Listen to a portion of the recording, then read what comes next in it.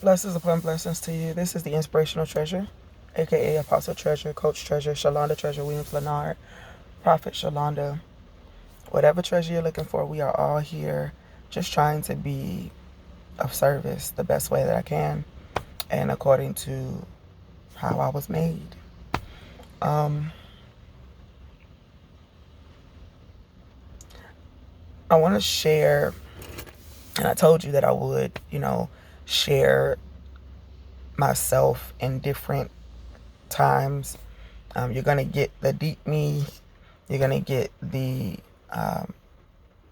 excited, me. You're going to get the deep thinking me, the one that's asking the questions and not just giving the insight.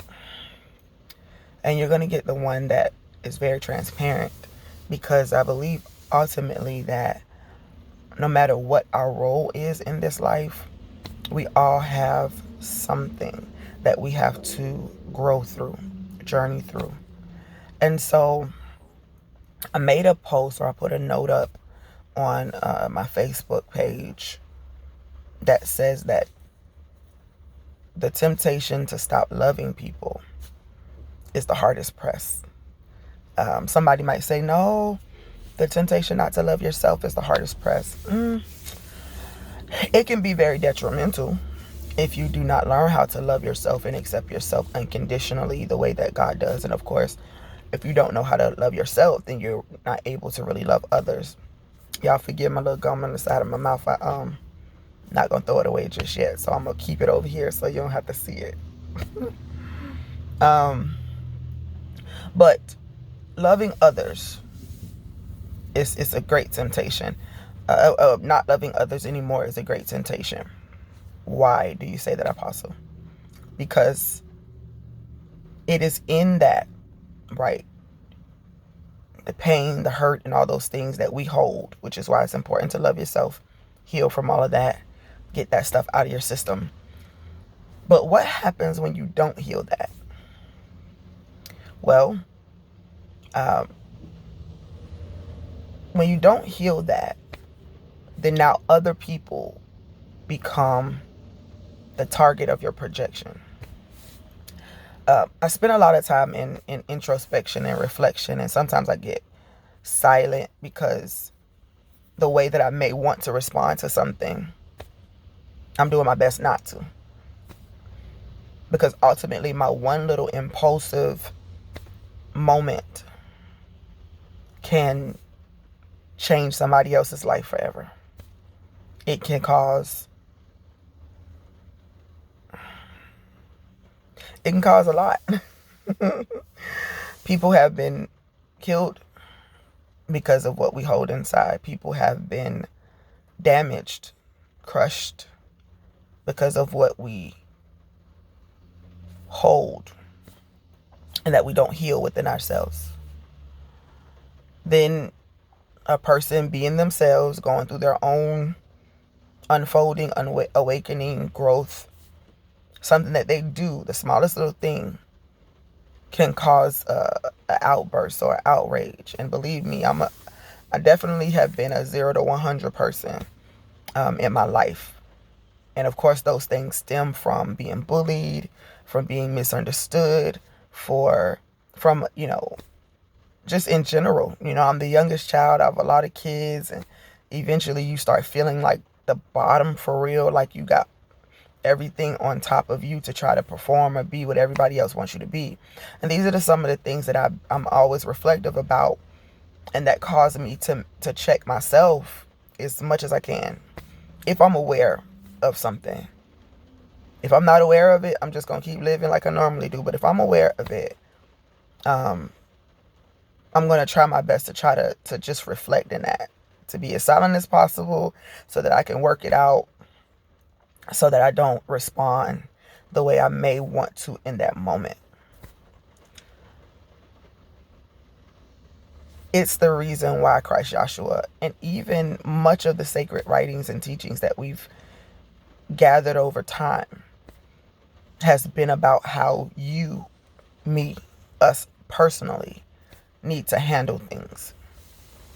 How we need to apply what we know to this life. If we're not careful, we will allow venom, hatred, disdain, judgment, resentment, fear, a lot of things to be our counsel.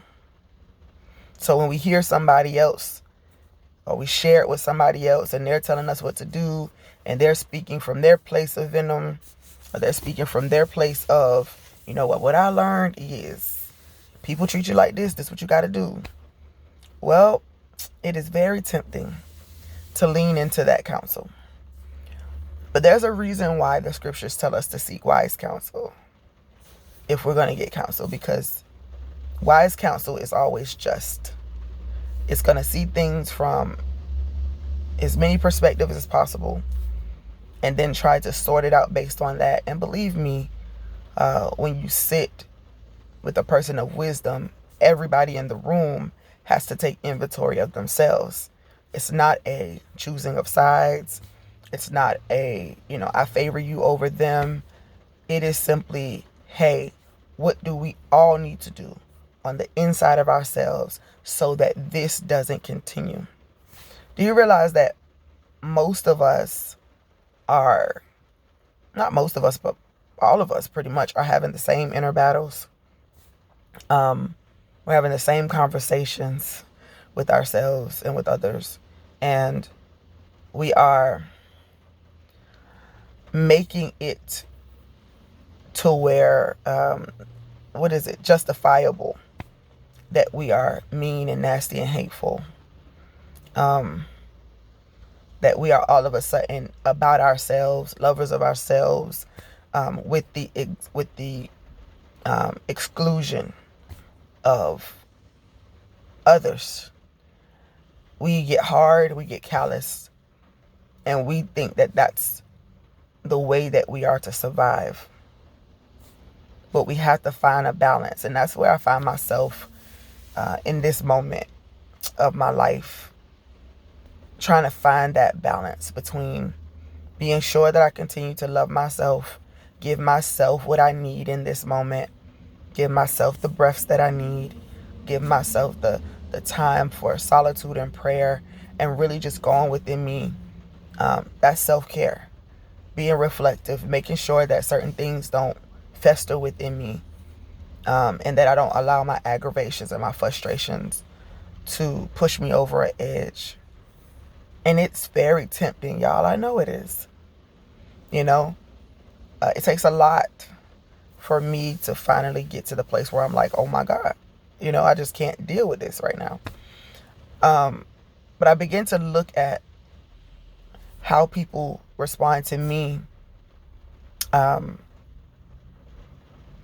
when I finally express myself or say what's on my mind or what's on my heart.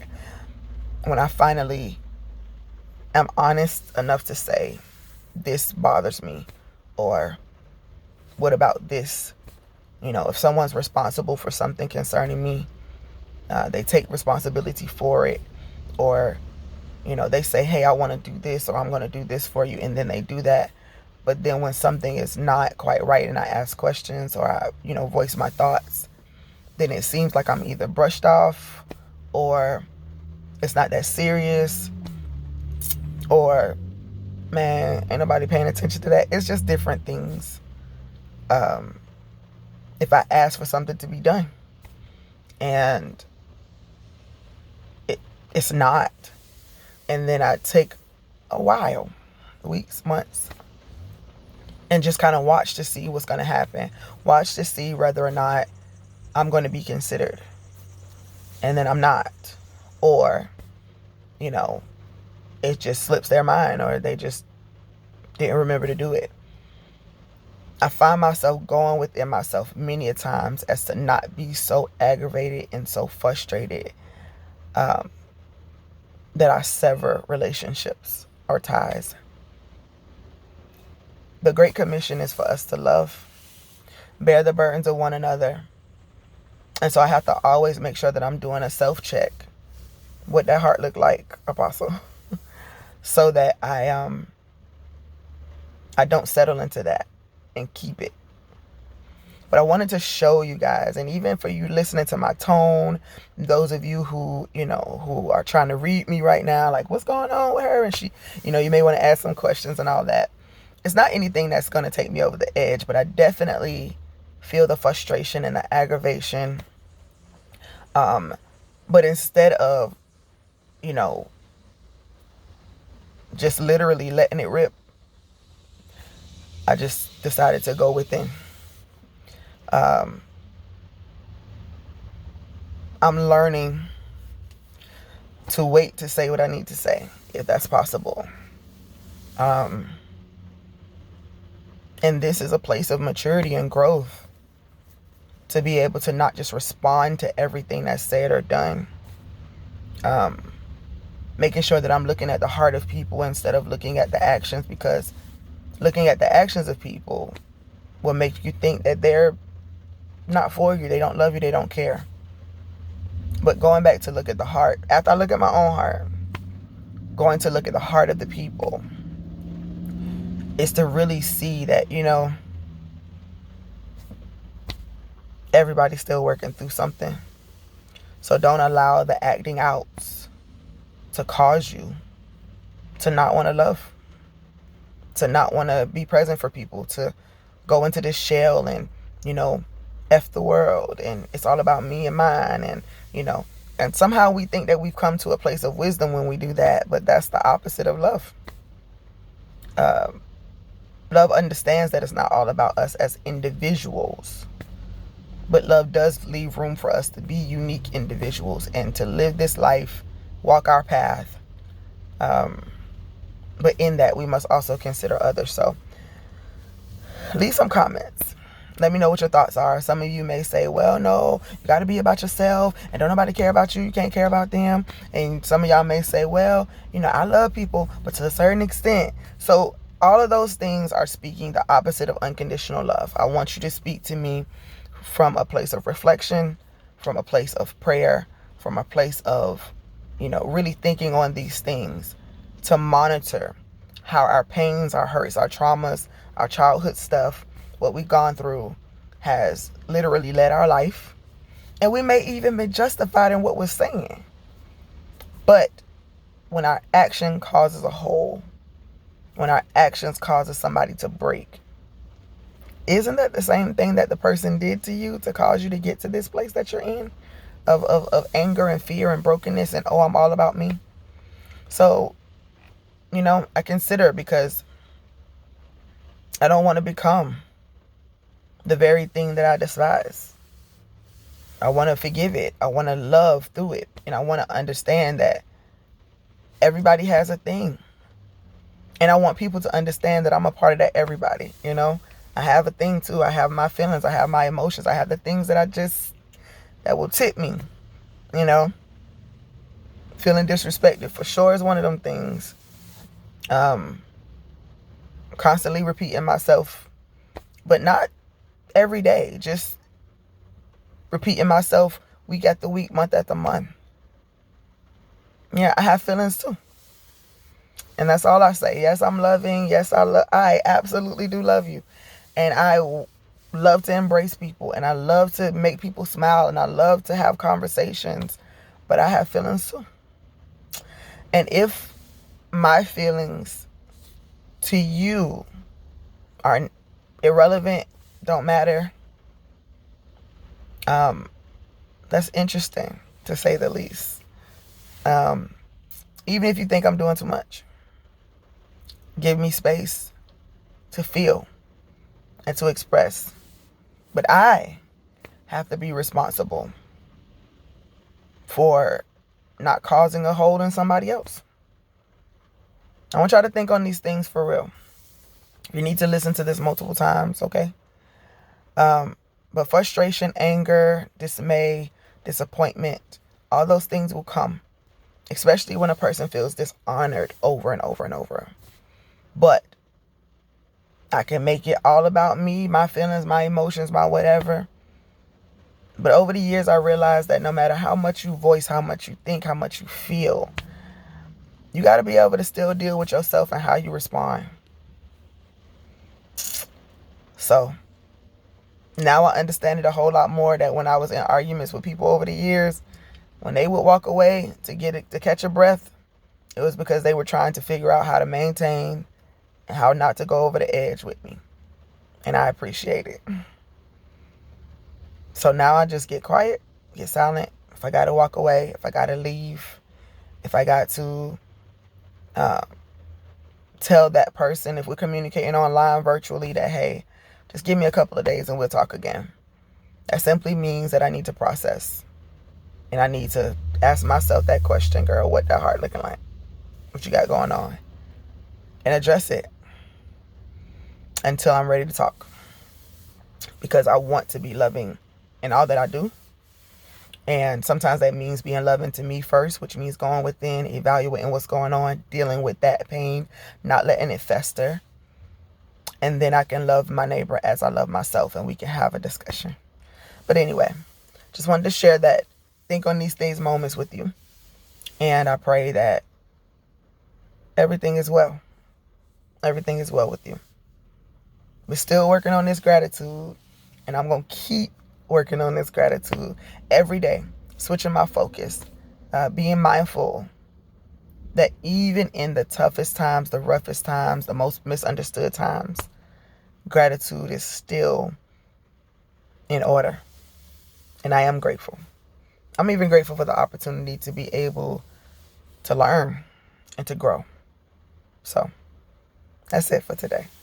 Love you so much. Just because I can, and I'll talk to you again soon. Many blessings.